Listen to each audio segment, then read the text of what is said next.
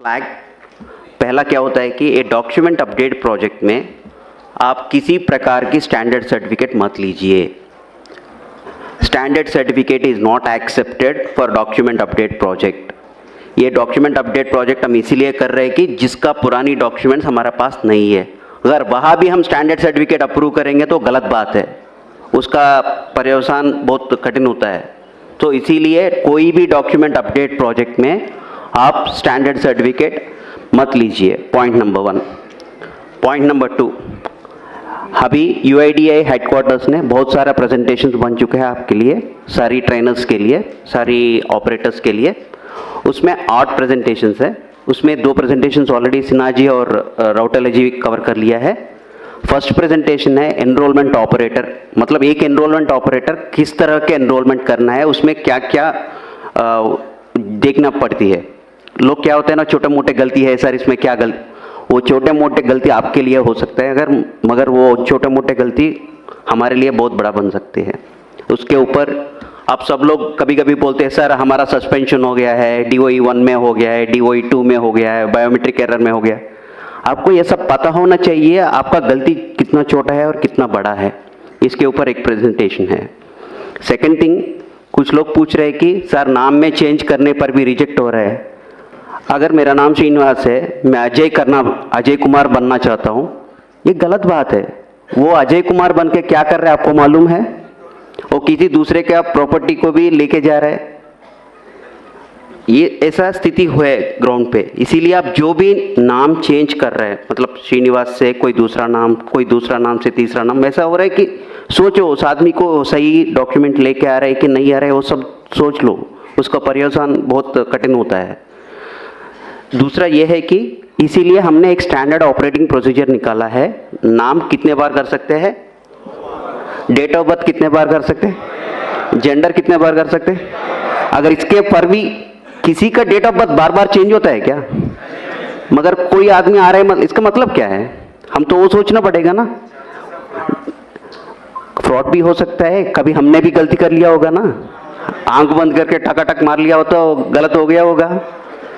देखो जो आदमी आ रहे हैं उनका गलती है या हमारा गलती है, ये भी देखो थोड़ा, उनका प्रॉब्लम क्या है वो एसेस करने के लिए कोशिश करिए। सेकेंड थिंग इज, इसके साथ हमारा QC में बहुत सारा रिजेक्शन होता है। आप ये समझते होगी जो हम डॉक्यूमेंट यहाँ से अपलोड करेंगे वहाँ कोई देखने वाला नहीं है, हमको क्या फ़र्क पड़ने वाला, वैसा कुछ नहीं होता है। आप यहाँ से जो भी कागज़ भेजते हैं नीचे पैकेट के साथ, वो सारी बैकग्राउंड में वेरिफिकेशन होता है।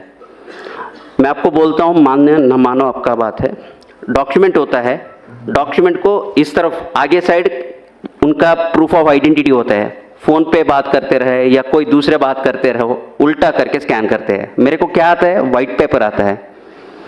ये DOE 1 है, क्योंकि जहाँ पे प्रूफ ऑफ आइडेंटिटी अपलोड करना था आपने सफ़ेद कागज़ अपलोड किया। ये तो एकदम फ्रॉड है। वो आप गलती से भी कर लिया होगा मगर it has a long lasting effect. दूसरा क्या होता है ना, किसी ने POA डॉक्यूमेंट दोनों दिया था आपको, एक के बाद एक स्कैन करना था, वो भी फ़ोन पे लगे हुए हैं, दोनों डॉक्यूमेंट लिया, स्कैनिंग वैसा हुआ कि पहला डॉक्यूमेंट आधा स्कैन हो गया, दूसरा डॉक्यूमेंट आधा स्कैन हो गया। आप जान ही नहीं देते हैं, वो गलत बात है। तीसरी बात यह है कि ये देखो मेरा 10 उंगलियां है यहाँ पे, ये दोनों में बायोमेट्रिक्स नहीं आ रहा है, मगर आप इसको, कुछ लोग ऐसा समझते हैं कि हाँ ये एक्सेप्शन है, हम 8 उंगली को ले लेंगे बायोमेट्रिक और इसको एक्सेप्शन मानते। ये गलत है, बहुत बड़ा गलत है। इसका 2 उंगली है यहाँ पे, इसका उंगली नहीं है, वो अलग सी बात है, ये एक्सेप्शन बनती है, मगर ये एक्सेप्शन नहीं बनती है। इसके लिए भी अलग सा तरीका है। अगर किसी का रेजिडेंट आपके पास आया, उनका 2 उंगली का बायोमेट्रिक्स नहीं आ रहा है, उसको कैप्चर करना है तो डेटा, उसका प्रोसेस ही अलग है, मगर क्या होता है ना, इसको एक्सेप्शन में डाल देते हैं। It is a fraud once again, क्योंकि वहाँ पे उंगली है, आप इसको एक्सेप्शन मान रहे हैं, कहाँ से एक्सेप्शन आ गया? ये है one more presentation on this particular aspect. इसके बाद क्या होता है, राउटेला साहब ने बताया था कि किसी ने वो आपको फ़ोन पे बोलता है अभी आधा घंटा में आप नहीं करेंगे तो आपका दुकान बंद हो जाएगी, आपका क्लाइंट बंद हो जाएगी। ये सब क्या होता है, आपको मैसेजेस आता है ना क्रेडिट कार्ड्स वगैरह वगैरह में, आगे आधा घंटा में बिजली का बिल नहीं भरेगा तो आपका बिजली काट जाएगी। वो सब फॉल्स है ना, मालूम है ना आप लोग सबको। वैसा ही आपका सिस्टम को कोई एक्सेस कर रहे हैं तो आप एक्सेस क्यों कर रहे हैं, ये गलत बात है, ये भी नहीं करना चाहिए। इसके ऊपर टेक्निकल एस्पेक्ट्स, मतलब जो चीज आप करना है, जो चीज नहीं करना है, इंफॉर्मेशन सिक्योरिटी गाइडलाइंस क्या है, उसके ऊपर एक प्रेजेंटेशन है। इन एडिशन टू दैट, जो नीचे ग्राउंड पे लोग होता है ना, कभी कभी क्या होता है ना, आपको लगता है ये बहुत ट्रिवियल है, इंटरनेट केबल उस दिन ठीक से नहीं लगाया होगा, बोलते हैं आधार वाले ने आज सर्वर चालू नहीं किया, मेरे को सिस्टम नहीं ऑनलाइन हो रहा है। वैसा भी स्थिति है ग्राउंड पे, छोटे मोटे चीज होता है, कभी कभी आपका सिस्टम को रिस्टार्ट करना पड़ता है, एक सर्विस को रिस्टार्ट करना पड़ता है, वो कुछ भी नहीं करते हैं, बोलते हैं आज आधार का सर्वर काम नहीं कर रहे, वो गलत बात है। ये छोटे मोटे, बहुत छोटे मोटे चीज है जो हम मोबाइल सब लोग यूज करते हैं, अगर कुछ हैंग हो गया तो रिस्टार्ट करेंगे तो काम करते हैं। वैसा कुछ चीजें हैं जहां पे आपको ध्यान दे के जो आपको 5-10 मिनट में प्रॉब्लम सॉल्व कर सकते हैं। मगर क्या होता है ना, लोग सोचते हैं कि ये गलत हो गया कुछ, आज सिस्टम नहीं चल रहा है, ये भी गलत है। इसके ऊपर एक प्रेजेंटेशन है, टेक्निकल एस्पेक्ट्स, मतलब आपकी क्लाइंट को कैसा देखना है, उसमें छोटा मोटा प्रॉब्लम्स आ गया तो कैसा करना है। तीसरा प्रेजेंटेशन यह है कि आपको हर दिन जीपीएस आपको सिंक करना होता है, मगर क्या होता है ना, कभी कभी जल्दीबाजी में आप जीपीएस कनेक्ट करने के टाइम पे उसका जो समय देना है 30 सेकंड या 15 सेकंड का टाइम देना है, आप नहीं देते हैं। आपका लैटिट्यूड लॉन्गिट्यूड आता है 00 00 लैटिट्यूड लॉन्गिट्यूड कहाँ पे है, इक्वेटर पे है, वो इंडिया में है क्या? जो उस दिन आपने मान लो 300 पैकेट्स कर लिया, 200 पैकेट्स कर लिया, सब खराब हो गया क्योंकि ये इंडिया में नहीं हुआ है। हमको ये मानता है कि हमारा इंडिया का लैटिट्यूड लॉन्गिट्यूड आएगा तो हम प्रोसेस करेंगे, मगर आप 00 लैटिट्यूड लॉन्गिट्यूड ले ले या कोई दूसरे जगह का लैटिट्यूड लॉन्गिट्यूड, ये सब क्या होता है ना, जल्दबाजी में होता है। ऐसा काम बंद करिए। तो आप थोड़ा सा 2-3 मिनट का आप टाइम दे दिया तो, सब लोग ऐसा नहीं कर रहे, 1% 2% ही लोग करते हैं वैसा, वो भी जानबूझ के नहीं करते हैं। जहाँ पे टेक्निकल एस्पेक्ट्स पे ध्यान देना है वो नहीं देगा तो ये सब छोटा मोटा एरर्स होता है। ये आपके लिए भी कष्ट है, जो आपके पास काम करने के लिए आया था उसका भी कष्ट है।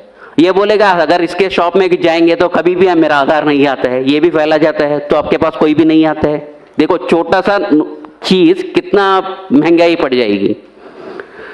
Now coming back to our original presentation, मैंने इतना सारा बोल दिया, मैंने DOE1 एरर, नाम क्यों नहीं चेंज करना है, जेंडर क्यों नहीं चेंज करना है।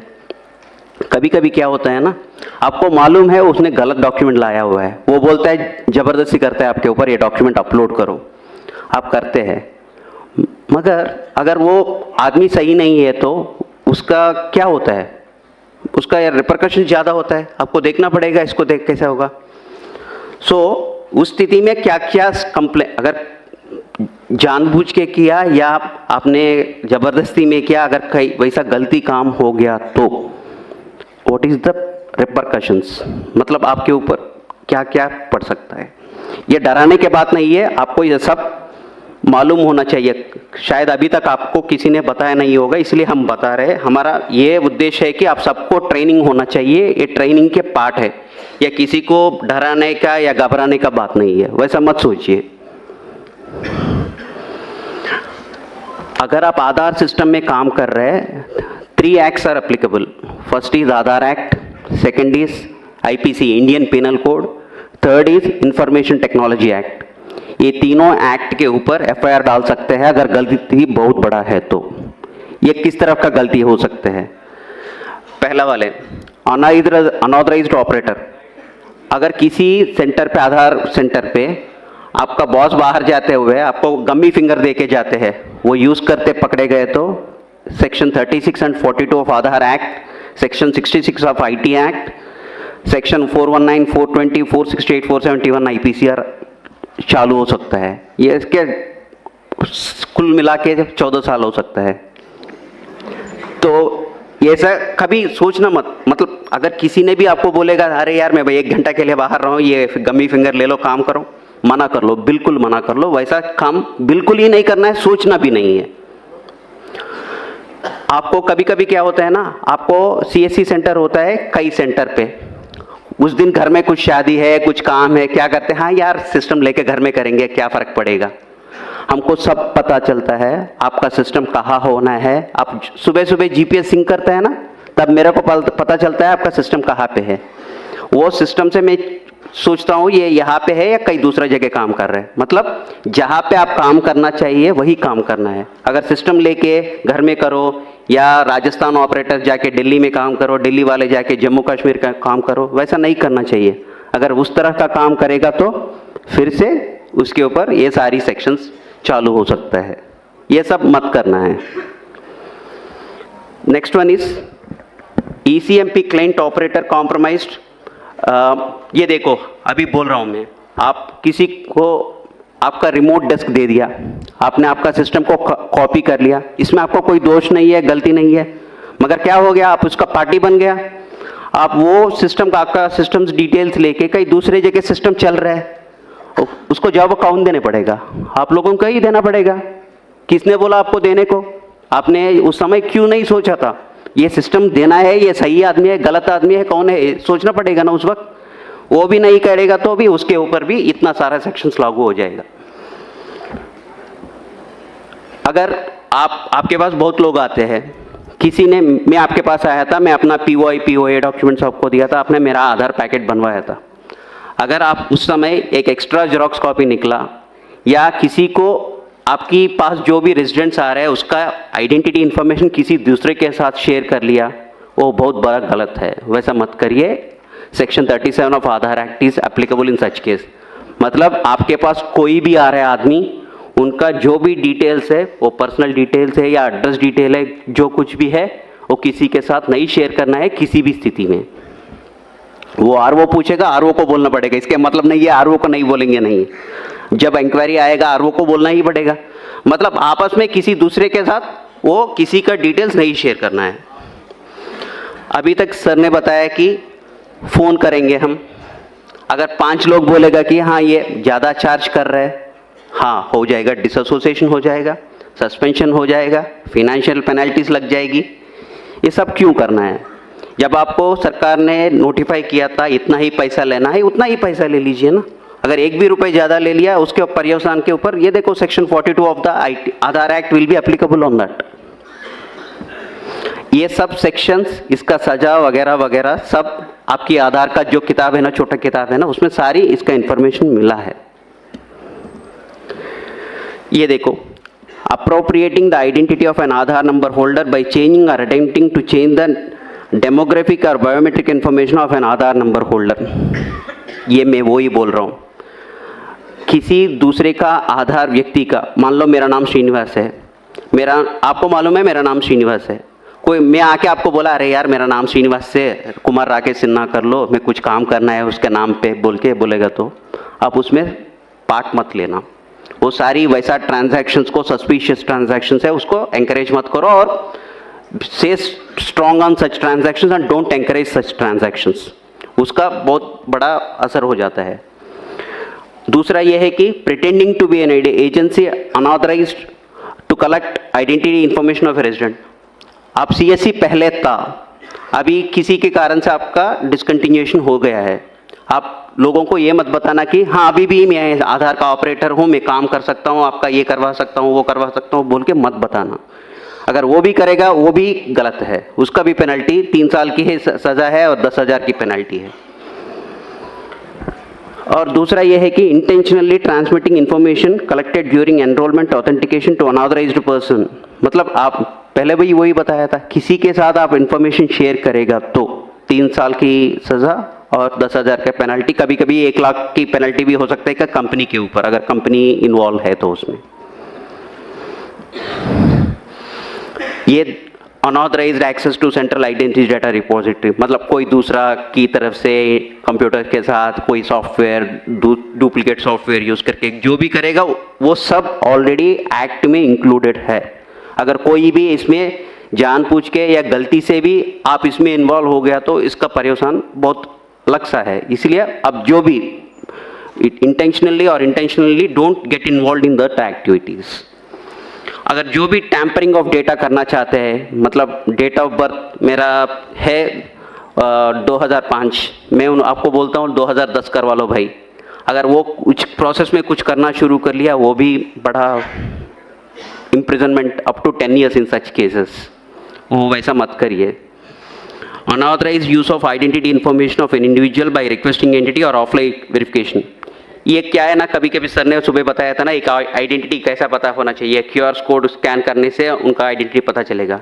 अब क्यूआर कोड स्कैन करके कोई दूसरे वाले को ये मत बताना इनका इन्फॉर्मेशन डिटेल्स क्या है, जिसका चाहिए वो करेगा, आपका नहीं है, जिम्मेदारी नहीं है वो।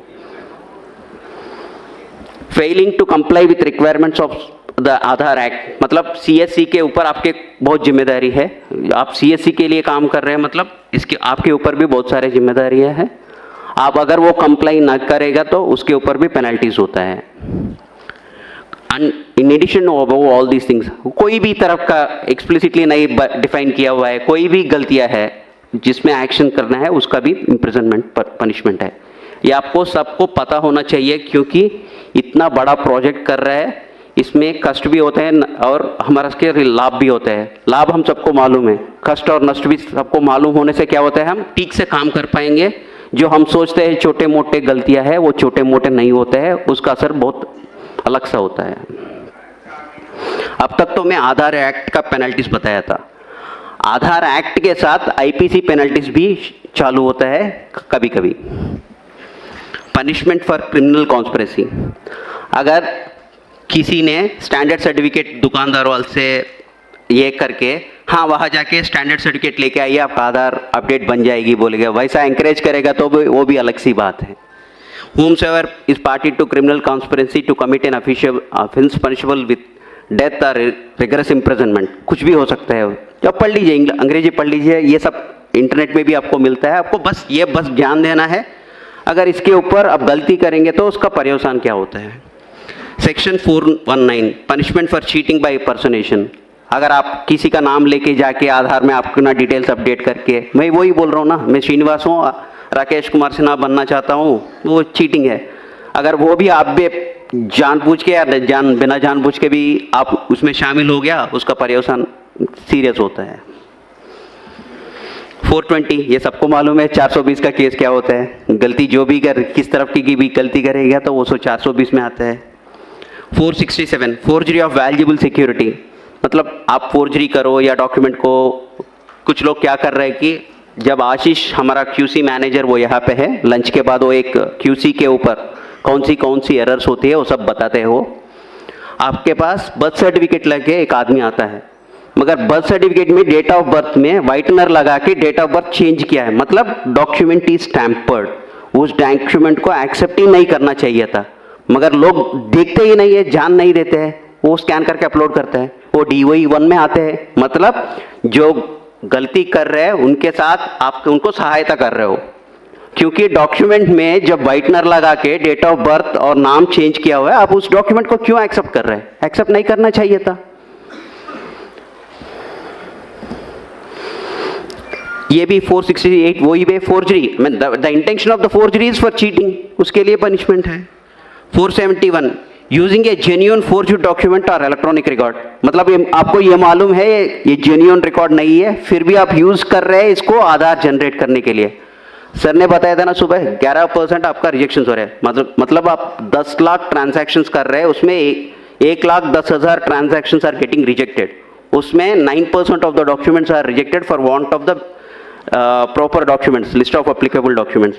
आप लिस्ट ऑफ एप्लीकेबल डॉक्यूमेंट्स से नहीं करते हो, कोई दूसरा डॉक्यूमेंट लेके करते हो, that is a serious offence. In addition to that, जो मैंने बोला था ना, वो white paper scanning, dual scanning of 2 papers एक साथ, जो टैम्पर्ड डॉक्यूमेंट, कभी कभी नाम में गेजेट नोटिफिकेशन भी एडिटिंग कर रहे हैं एडोब फोटोशॉप के साथ। अगर कोई भी आपके पास गेजेट नोटिफिकेशन लेके आ रहे हैं, आप देख लो वो सही है कि नहीं है, क्योंकि लोग उसके भी फोटोशॉपिंग करके आ रहे हैं। थोड़ा जान से रहिए, वो बहुत बड़ा ये पंगा हो जाएगा। आप जो भी डॉक्यूमेंट, कोई भी प्रकार के डॉक्यूमेंट लेके आपके पास आ रहे हैं, specially name change, date of birth change, gender change का कोई भी आ रहा है, अगर वो कोई भी डॉक्यूमेंट लेके आ रहे हैं और उनका एक्सेप्शन हैंडलिंग प्रोसेस में आ रहे हैं, मतलब उनका इंटेंशन सही नहीं होगा। कभी कभी आप देख लीजिए उनका डॉक्यूमेंट सही है कि नहीं है, अगर आप संतुष्ट नहीं है तो आप सीधा सीधा बोल दीजिए कि सर ये डॉक्यूमेंट से मेरे दुकान में नहीं होगा, मेरे सेंटर में इसका अपडेट नहीं चलेगा। सीधा बताइए, कोई गलती नहीं है उसमें। मगर आप जहाँ आप फील होते हैं कि ये डॉक्यूमेंट करने से मेरे को कोई अच्छा नहीं लग रहा है, मेरे को कुछ डाउटफुल लग रहा है, सस्पिशियस लग रहा है, आप उससे दूर रहिए ना, उसमें इन्वॉल्व ही मत हो जाइए उसमें। नाउ हमने अभी तक आधार एक्ट का कानून का सेक्शन सुन लिया, आईपीसी का सेक्शन सुन लिया, अभी है आईटी एक्ट। ये तीनों एक्ट एक ही साथ लागू होता है। अगर किसी ने गलती किसी प्रकार की भी कर लिया तो तीनों एक्ट एक ही साथ लागू हो सकता है। Section 65 tampering with computer source document, मतलब वही है, कंप्यूटर में स्कैन करके अपलोड कर रहे हैं, वही है। सेक्शन 66 कंप्यूटर रिलेटेड ऑफेंसेस, ये वही है, कंप्यूटर के साथ अगर किसी ने डुप्लीकेट सॉफ्टवेयर बनाया उसके ऊपर काम कर रहे हैं, वो भी एक सेक्शन है। Punishment for sending offensive messages through communication service, आप कभी कभी देख लिया होगा व्हाट्सएप ग्रुप्स में या यूट्यूब वीडियोस में देखा होगा, आप मेरे को 500 रुपये दे दो और मैं आपका DO भी अपडेट करवा लेता हूँ, मैं आपका आधार कार्ड PVC कार्ड बनवा के दे देता हूँ। बहुत सारे वेबसाइट चलता रहते हैं, उसमें आप प्रमोट मत करिए, आप उस वैसा मैसेज कुछ भी आया आप RO को रिपोर्ट करिए, ये आपकी जिम्मेदारी है। वैसा कोई फेक वाला वेबसाइट या SMS या व्हाट्सएप टेक्स्ट मैसेज चक्कर मार रहा है तो आपको जिम्मेदारी है RO को इन्फॉर्म करने के, क्योंकि वो इन्वेस्टिगेट करके उसके जो भी एक्शन लेना है वो करेगा।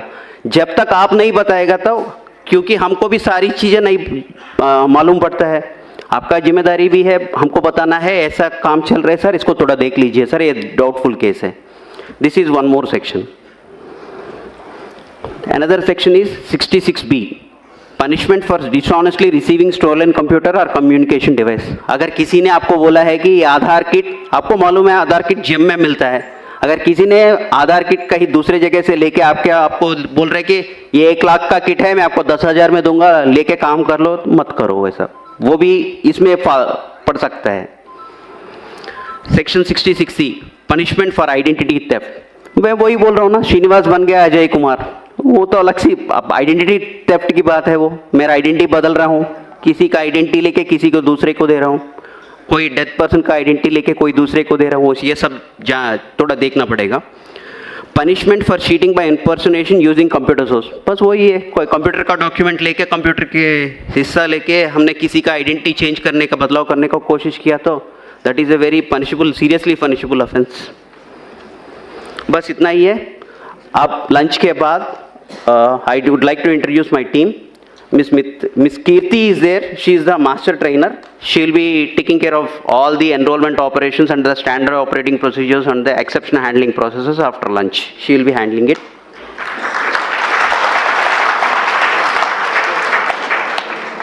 आशीष रंजन है, वो मेरा QC मैनेजर है, वो आपको DOE एरर क्या होता है, किस प्रकार की एरर होता है, आपने कौन सी गलतियां कर रहे हैं, मैं सब लोग नहीं कर रहे होंगे, 1-2 आदमी कर रहे होंगे, मगर गलतियां किस तरह का होता है, DOE एरर क्यों आता है, पहले बायोमेट्रिक एरर क्यों आता है, ये सब आपको एग्जाम्पल के साथ वो एक्सप्लेन करेगा, आशीष रंजन एक्सप्लेन करेगा। उसके बाद जो मैंने बताया था ना टेक्निकल एस्पेक्ट्स, मतलब छोटे मोटे चीजें हैं कंप्यूटर का, वो भी नहीं देखते हैं बहुत लोग, वो देखने का क्या क्या देखना होता है, इंफॉर्मेशन सिक्योरिटी का क्या क्या देखना होता है, वो सब आपको मेरा TTNC टीम वहाँ पे धर्मेंद्र वगैरह है वो लोग बताएगा। आपका इसके साथ लिस्ट ऑफ अप्लीकेबल डॉक्यूमेंट, हम list of applicable documents time to time update करते हैं, इसको आप देखना पड़ेगा, इसके ऊपर आप नज़र रखना पड़ेगा। जो इस लिस्ट ऑफ अप्लीकेबल डॉक्यूमेंट्स है उसी को एक्सेप्ट करना है, कोई दूसरा डॉक्यूमेंट एक्सेप्ट नहीं करना है।